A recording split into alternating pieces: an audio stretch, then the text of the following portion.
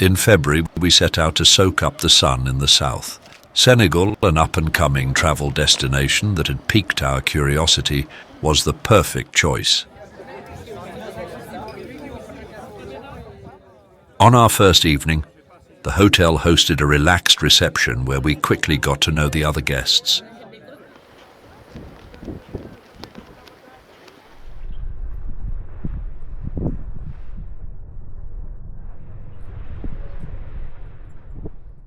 The beach was simply gorgeous, with wide stretches of fine sand that never felt crowded. Also, the locals came for a swim. Our first excursion took us to the south. Morning. Morning. Morning, morning. How are you? Surviving? A visit to a local market offered a close look at the living conditions of the locals. The enormous contrast between the poverty of the people and the luxury of our hotel was hard to bear.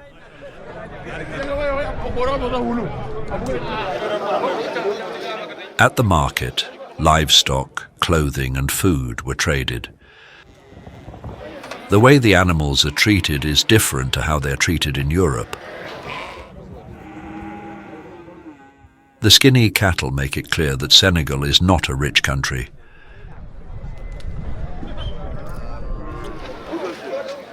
Yet amidst this, colourful harnesses were on offer. Peanuts, one of the most important trade goods here, and arguably tastier than those back home, were readily available. The fish on offer didn't quite meet our standards.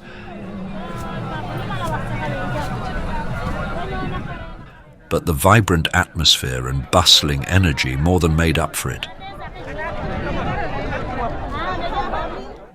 They even had calabashes for sale.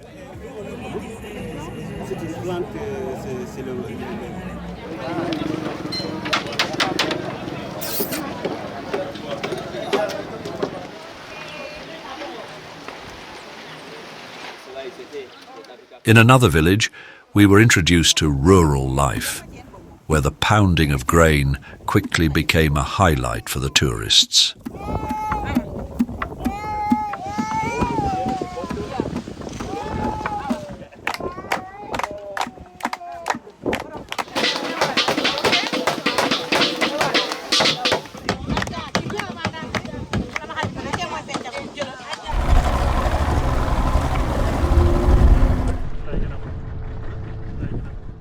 Next, we headed to the vast Saloum estuary, where oysters grow on the roots of the mangroves,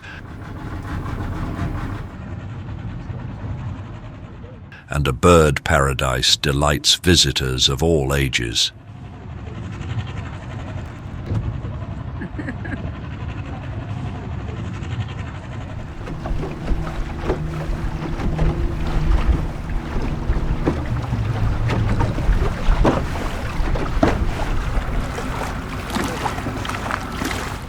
Everywhere in Africa you come across the baobab, the symbol of the continent. This 800-year-old tree, reputedly the largest on the continent, even invites you to climb inside through an opening, if you really want to.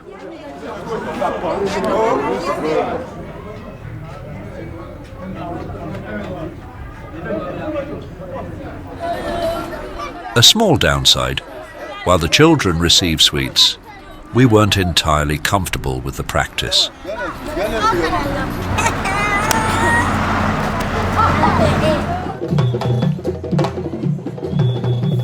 Back at the hotel, we can relax again.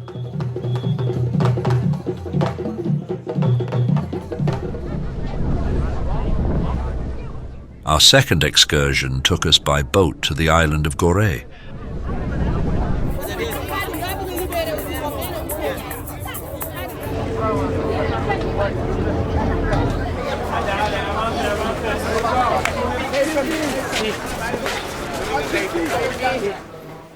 For 300 years, this island was a holding point where slaves were collected before being shipped to America.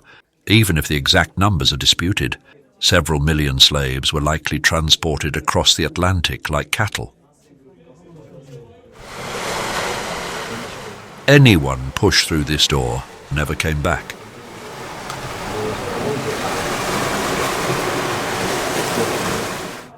The slave owners lived in luxury above the slave cells.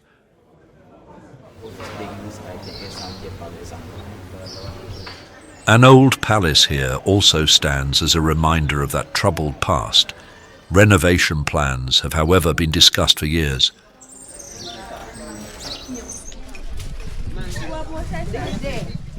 Souvenir shops are a must here. Haggling is all part of the experience.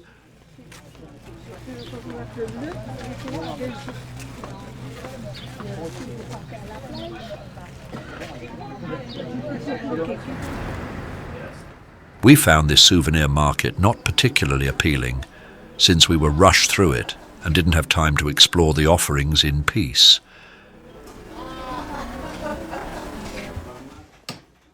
Convenient if there is someone carrying the camera.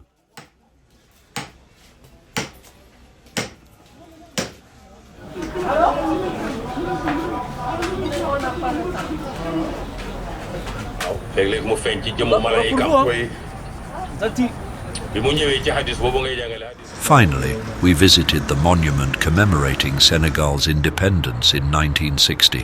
While it's certainly impressive in scale, it didn't quite match our aesthetic taste.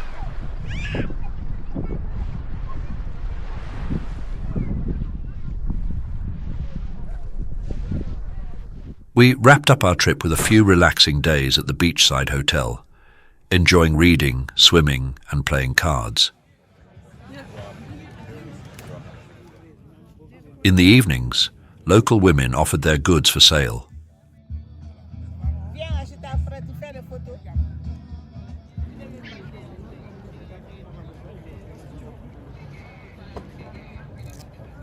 The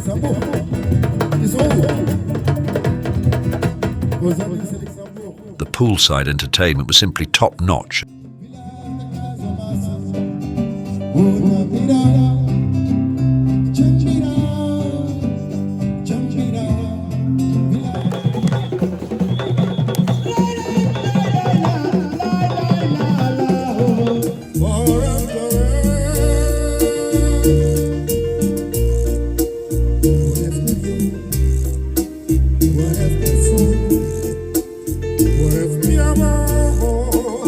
And then, all too soon, it was time to say goodbye. What a pity, the vacation was far too short.